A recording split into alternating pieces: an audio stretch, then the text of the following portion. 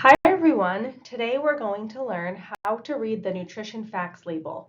I'm sure you've been reading it for years, but we want to make sure that everybody is reading it effectively, efficiently, and accurately. The very first part of the label that you should look at is the serving size. That's why they put it towards the top of the label, and you should always start there. And here is why. It's not because you're only allowed a serving size. Your portion might not match up with the serving size, and that might be okay. We all have different nutritional needs, body sizes, etc. So you're not owned to the serving size. It's not an amount of food that you are supposed to eat. However, it is the amount of food that the label is based on. So if you're looking at all the nutrient amounts underneath the serving size, but you skip the serving size, you don't know what amount of food has those nutrients. Are those nutrients in 1 cup, half a cup, 2 tablespoons? You need to have a reference amount for all of the numbers of the label to make sense. So before you check sodium, before you check saturated fat, you have to check the serving size. That way you can know, is that the sodium amount in half a cup, in 1 cup, in 1 link, 2 links? Is that the fat amount in 1 tablespoon, 2 tablespoons, 3 tablespoons, right? If you don't read the serving size, you can't accurately interpret the label. So start there. Also at the top, which is highlighted in blue for the purposes of this education, it will tell you the servings per container. So for this specific example, there's 8 servings per container. That means if you were to eat this entire container, all of the numbers on the label would be multiplied by 8, and then that would show you what you consumed. So just because something is in one bag or one box, don't assume that it's one serving for that entire container. It's usually not. So after you've checked the top of the label and figured out the serving size, then you can make your way down the label. Underneath serving size in the light pink area, you will see calories. A lot of people like to look at calories. Personally, I'm not a huge fan of just looking at calories and then making nutrition decisions off of the calorie amount.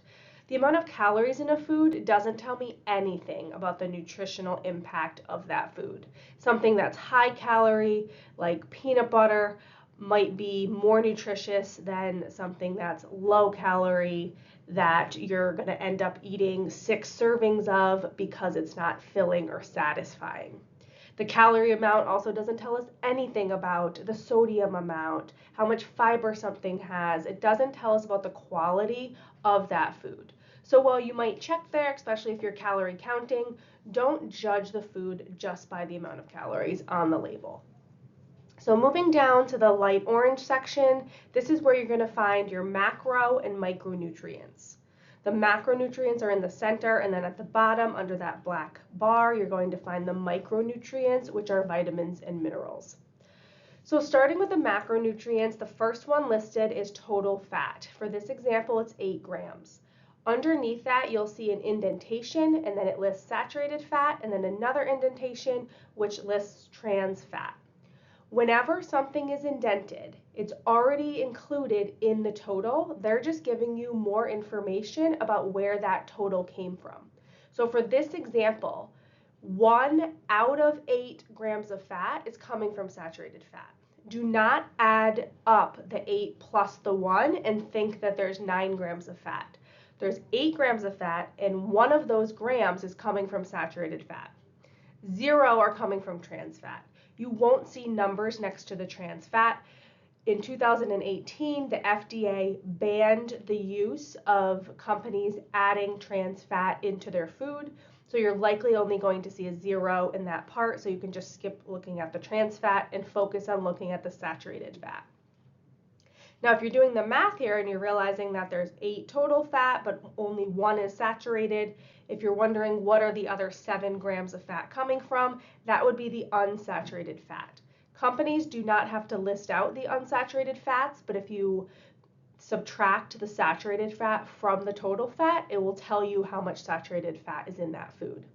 For our purposes with cardiac rehab, I would focus on looking at the amount of saturated fat in the foods. Now below that section, you find cholesterol. Cholesterol is measured in milligrams. You can definitely check the cholesterol of a product, but keep in mind that cholesterol only comes from animal origin. So if you are reading a nutrition label, it's often not of animal origin. It often might be a bag of chips, a granola bar, some cereal. Those foods are not going to have cholesterol because they are made from grains and not animal products.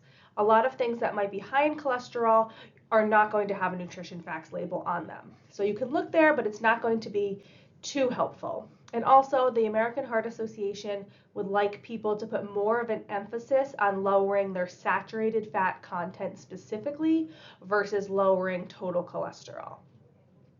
Next, you'll find sodium right in the middle of the label. This is measured in milligrams. It is great to look at the sodium. Often people look there first. Remember, check the serving size first and then the sodium. Something might be low sodium, but if you have 3 servings of it, it might not be low sodium anymore. So for this product, it's 2/3 of a cup and it's 160 milligrams of sodium. But if I were to have 2 portions of this food, then I would actually be getting 320 milligrams of sodium. So just make sure if you're counting your nutrient intake that you're doing so accurately by figuring out how your portion compares to the serving size and then adjusting the nutrient amounts accordingly. Next, we'll see the total carbohydrate section. There's a lot going on in this section. Total carbohydrates are going to include the amount of fiber, the amount of total sugar, and the amount of added sugar. Remember, when something's indented, those values are already captured in the total. So for this product, there's 37 grams of total carbs. Of the 37, 4 come from fiber. Of the 37, 12 come from sugar. And then of those 12 grams of sugar, it's showing us that 10 out of the 12 come from added sugars, meaning those sugars were not naturally occurring in the product. Those sugars were added in during preparation or processing. But do not add up the added sugar into the total sugar. It's not 10 plus 12. The 10 is already included in the 12. So if you're doing the math here, you'll see there's 12 sugar, there's 4 fiber, there's 16 carbs accounted for, but there's actually 37 carbs in total. The rest of those carbs are coming from starch. Starch is the 3rd type of carbohydrate. So although it doesn't list it out specifically, those grams of carbs from the starch would be captured in the total carbohydrate. Next, you will find grams of protein. This is a great section to look at if you're comparing products, maybe comparing Greek yogurts, comparing protein shakes, comparing different bars to see how much protein is in something. A lot of the protein foods that we will eat, like a piece of chicken or fish, is not going to come with a nutrition facts label, so you won't be evaluating all of the protein foods that you eat. And finally, on the bottom, those are our micronutrients that are required on every label. That's vitamin D, calcium, iron, and potassium. Those are the 4 that are required, but on some food products, like cereal, you'll see a list of 20 vitamins. The reason cereal lists so many vitamins is because cereal is often fortified. Fortified means that the company added in nutrients. If the company is going to add in vitamins and minerals into their product, then they have to list that on the nutrition facts label, and therefore you'll see a long vitamin list. However, most products are only going to include the 4 vitamins and minerals that you see here.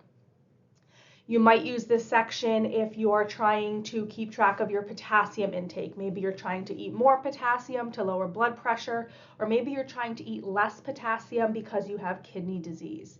You might look at this section if you're trying to see how much calcium and vitamin D you're taking in during the day. Now let's discuss the percent daily value. On the nutrition facts label, this is located all the way over to the right side. For educational purposes, it is shown in blue on the label that I have here. At the bottom of the nutrition facts label, they give an explanation of the percent daily value, and here's what that says. The percent daily value tells you how much a nutrient in a serving of food contributes to a daily diet. 2,000 calories a day is used for general nutrition advice. So basically, the government determines daily values of nutrients. This is either the amount that they want Americans to consume, or this is an amount that they want Americans not to exceed. So they are determining what the daily values are for the entire country. They're not tailored specifically to you. They are very general. So looking at the different nutrients, the government has determined that the daily value that people should not exceed for saturated fat is 20 grams. They've determined that the daily value for sodium that people should not exceed is 2,300 milligrams. They've determined that the dietary fiber that we want to make sure we get enough of is 28 grams. So for all the nutrients, they determine what is the daily value.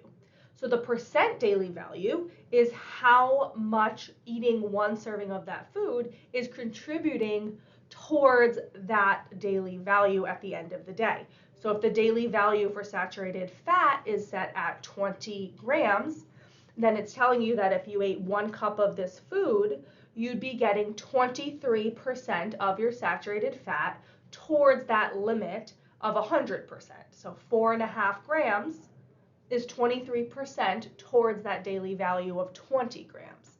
So if you think about it, somebody's daily needs would be 100%. So if you had 1 serving of this food, you're getting X percent towards 100. So for example, if I had 2 servings of this food, then I would be getting 24% of my carbohydrate intake for the day. My full day would be 100%, right? So every serving of this food gives me a percent that I'm getting towards my full day. So really these percentages are towards a full day. So if I ate 3 servings of this food, I wouldn't be getting 37% of my sodium intake. No, if I ate 3 servings of this food, I'd be getting 111% of my daily intake of sodium, which means I went over, right? So the daily values, they're not individualized to each person. They are very generic. They were made to cover an entire population of people. So don't take it as personal nutrition advice. Also, they're based on somebody that eats 2,000 calories a day. So if you eat more than 2,000 calories a day, or you eat less than 2,000 calories a day, then it's not going to be accurate for you. Some nutrient amounts are not going to change based on calories, like the saturated fat goal and the sodium goal or limit are not going to change based on calories. But something like carbohydrates is going to change based on how many calories you eat, meaning the goal that they've decided. If you eat more calories, then your carbohydrate goal would be higher. If you eat less calories, your carbohydrate needs would be less, right? So it's not individual advice for you, but you can use the daily value to determine if a serving of food is high or low in a certain nutrient. I know that the percent daily value can be confusing, so I think the simplest way to use this information on the label is to use it with the 5-20 rule. So as a general guide, if the percent daily value is 5% or less, that is considered a low amount. If the percent daily value is 20% or more, that is considered a high amount. So when you're looking at packages, if you see a higher percentage for things that we want more of, like fiber, vitamin D, calcium, and potassium, that's a good thing. But when you're looking at the package for things that we want less of, saturated fat, sodium, and added sugars, we would want to see a lower percent daily value. So when you're looking at this label here, if you look at saturated fat, you go all the way over to the right, you see it's 23%. If you remember that 20% or more is high, then you automatically know that this food is considered high in saturated fat. Then you look at the sodium, you see it's 37%. Then you remember, if it's over 20%, it's a high amount. So looking at this label, you've determined that this item is high in saturated fat and high in sodium. And you might not even look at the percentages for everything. You probably will just zone in on the nutrients that are a concern for you, which would be the saturated fat and the sodium. You could also look at the cholesterol if you want. But if it's 5% or low, that's a low amount. So something might be low in sodium and you're like, wow, this is great. But then you also need to check the saturated fat and make sure it's low in saturated fat. So 5% or less is low, 20% or more is high. And remember, that's only for one serving. Something might be low in sodium at one serving, but if you have 5 servings, it might not be low anymore, right? If the percentage is 9, but you have 3 servings, now that percentage would be 9 times 3, which is 27. Now it's high in sodium because you had 3 servings. So the daily value is only applicable to the serving size. If your portion is bigger than the serving size, you will have to do a little bit of configuring with the numbers. But remember the 520 rule, and you can evaluate pretty much any label that you pick up. So I've said that the percent daily value is not individual nutrition advice for you because it's only based on somebody that eats 2,000 calories a day, and you might not know how many calories you eat in a day. So it might not be accurate for your intake. However, we can still use the daily value with the 520 rule, and we can use the daily value to make informed choices as a consumer. So you can use the percent daily value to compare different foods, different brands, different products. For example, if I'm in the grocery store and I'm trying to figure out what salad dressing I want to buy, and I'm not sure which one is a better choice, I can compare 2 products using the percent daily value. So I look at the first Italian dressing and I see it's 3% for saturated fat. So I remember the 520 rule and I realize, oh, 3% is less than 5. So this brand of salad dressing is low in saturated fat. Then I look at the sodium, it's 12%. So it's not high in sodium, it's not low in sodium, it's somewhere right in the middle. So I want to compare to another brand of Italian dressing. This one has 7% daily value for saturated fat, so that's bigger than 3 and it's over 5, so it's actually not low in saturated fat. It's not a crazy high amount because it's not over 20, but it's not as low as the other product that I was holding. Then I look at sodium. The sodium amount is 18%. Doesn't classify as high sodium because it's not over 20, but I can compare the 18% daily value to the 12% daily value of the other brand, and now I've decided that I'm going to buy the Italian dressing on the left that has the lower percent daily value for saturated fat and sodium. You can also use the percent daily value to manage dietary trade-offs. For example, when a food you really like is high in a nutrient that you're trying to get less of, so maybe it's high in saturated fat or high in sodium, you can balance it with other foods throughout the day that are lower in that nutrient. So if you have one food that's over 20% for sodium for the day, but the rest of the day you have foods that are lower in sodium, you can balance it all out at the end of the day. So use this section to make informed choices, but don't use the percent daily value as personal nutrition advice. The last part of the label that I want to discuss today is the ingredients list and the allergen disclaimer. So ingredients on the label are listed in descending order by weight. That means the largest amounts are listed first. It's basically biggest to smallest ingredient. So the first ingredient takes up the most weight in that product. So for this example, for these waffles, the first ingredient is 100% whole grain wheat flour, which is what you would expect. If something is a piece of bread or a waffle or a cereal, you would expect the first ingredient to be some type of grain.